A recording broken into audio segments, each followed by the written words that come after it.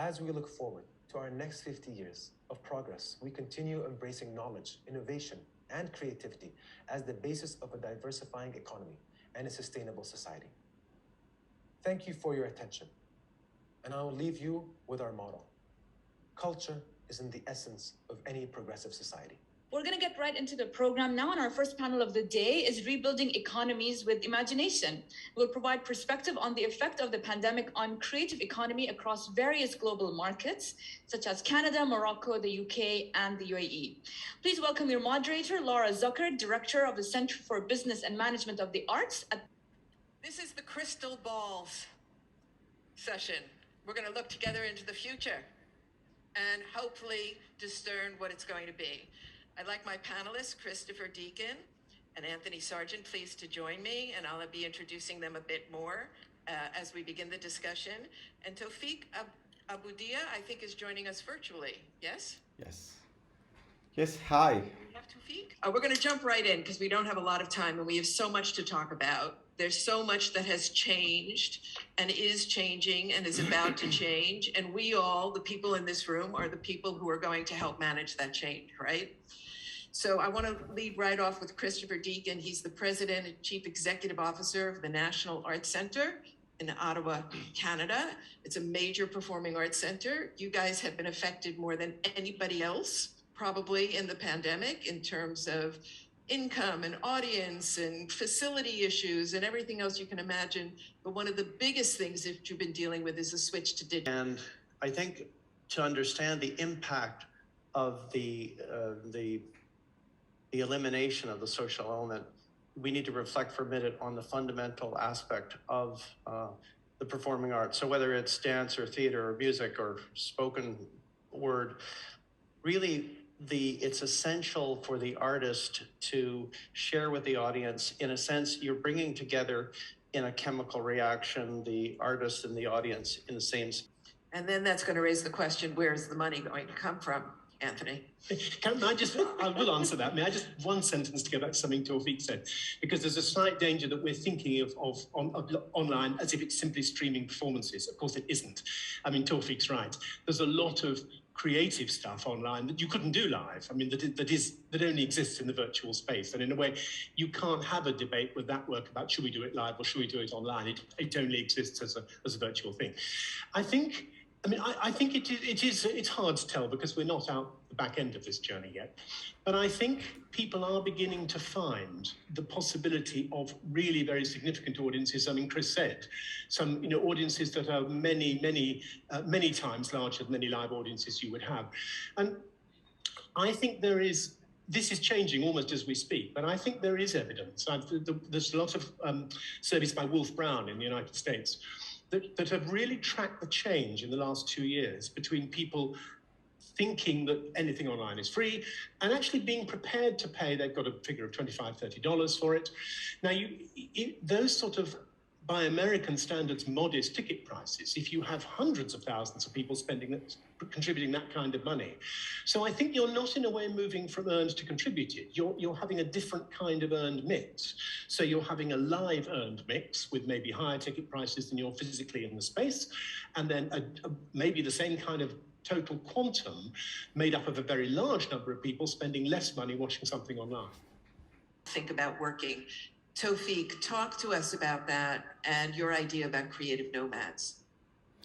Yeah, this is something that really inspires us here in our region. I mean, Marrakech Safi region, but not only our region. I believe there's a lot of destinations around the world that have been more and more attracted to this new kind of living or new kind of traveling or new kind of work. So for us as a destination, we would love to be attractive and competitive for this kind of people because of two things. The first is that they're full of ideas, they're full of inspirations. So like I said last time in our discussion, it was a kind of having bees around us with this pollination effect coming from all around the world, and specifically the creative ones would be just a shift for destinations like ours. In the same time, they are investors. They come to a destination like a passenger, but then they settle. I know about it because I've been partnering with two of them. I mean, I had two partners who came to market just for the fiesta, and they came and settled with companies. Quite a bit, but I don't think that's the biggest challenge. The biggest questions for us really have to do with consumer behavior and expectation. If, as Tawfiq says, if you have Netflix on your television, are you going to go instead to watch live performing arts locally? Maybe, but that's the question. So Anthony, thoughts on workforce issues, creative, technical support, production? How is all this, how are people going to make this happen? Yeah, no, I mean, look, this is changing. And if you go back, you know, there were days in theatre when lighting and sound were very primitive and people came out and performed on stage and nobody really thought about sound design and nobody thought about really complicated digital lighting. Now we take for granted really sophisticated sound designs, really sophisticated digitally controlled lighting. And I think what's been very striking in kind of anthropological terms in the last 2 years is how it has accelerated change on so many different fronts. And I think digital technology, and in terms of the technology available within venues, is one of those issues. I mean, firstly, prices have come tumbling down in the last 2 years. So a lot of things that 2-3 years ago would have been very expensive in digital terms are now much cheaper. Much more lighting and sound technicians. Lighting and sound used to be completely different. Then with the growth in digital controls for lighting and sound, those technologies started to connect. And in a way, the same thing is happening now with online technologies. So certainly in the centres I've worked with recently, it's very striking how lighting and sound technicians have just naturally extended into working in the online space and controlling digital resources. Thinking. Tawfiq, how was Morocco? It's fine. It's totally fine. No. You guys did a great job. Yeah, I wanted to trigger Anthony with his optimistic attitude. To be honest, it's quite a mess here in Morocco. It's just a heritage because the budget for the culture and art in Morocco is 1% of the global government budget, or at least it used to be. So you can imagine at which phase or at which place of importance the cultural and artistic area or scene have been considered during the pandemic. But let me tell you a small story, please. When we've just started the pandemic, I've been called by he asked us at EBF to deliver something like a collective intelligence scene and try to figure out what are the solutions in an economic way. And 2 months later, I wanted to build a kind of online event, which I called Second Life, because I'm like Anthony, I'm optimistic, but I'm not rational. And I built this thing, and I wanted the governor to deliver a small talk. And when I called him, I knew he was terribly busy with the interior stuff, the safety stuff. And I was shocked because he told me, when I called him, I told him, sorry, sir, I'm calling you for something maybe less important. I'm calling you to deliver a talk in a cultural event. And he told me, Tawfiq, what are you talking about? If we have all these issues right now with people to understand the pandemic and to understand the measures and to deliver a model of citizenship, it's because of our lack of culture. So please deliver your event.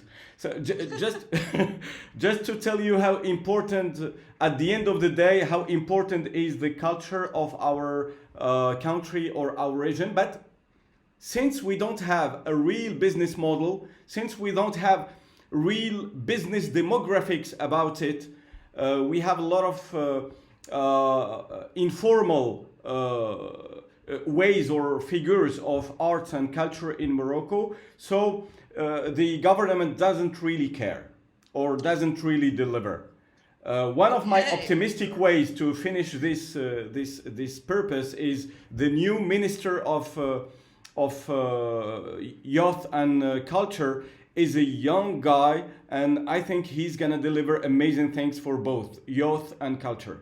So in Los Angeles in the United States, I've always thought of it as a cultural ecology, and that we need all parts of that cultural ecology represented, from small, authentic creators, grassroots organizations, to mid-sized organizations, which are very often the last thought of, right? People sometimes go to the top of the pyramid and the bottom of the pyramid, but leave out that group in the middle that I call cultural anchors, community anchors, very often. Mm-hmm. And we need all tiers and aspects, and I would urge all of us to look at what that cultural ecology looks like in our country and really figure out where strategic investment is going to help make the overall picture more rounded, more robust, and to shift investments fluidly. And to your point, Anthony, not be afraid of failure. Yeah. If some investments don't work, if some artistic projects don't work, that's not only okay, it means if everything works, you're not risking enough. Mm-hmm. You're not pushing hard enough, you're not exploring enough. And the acceptance of some things not working out just the way you want is the key to unlocking a really innovative future, right?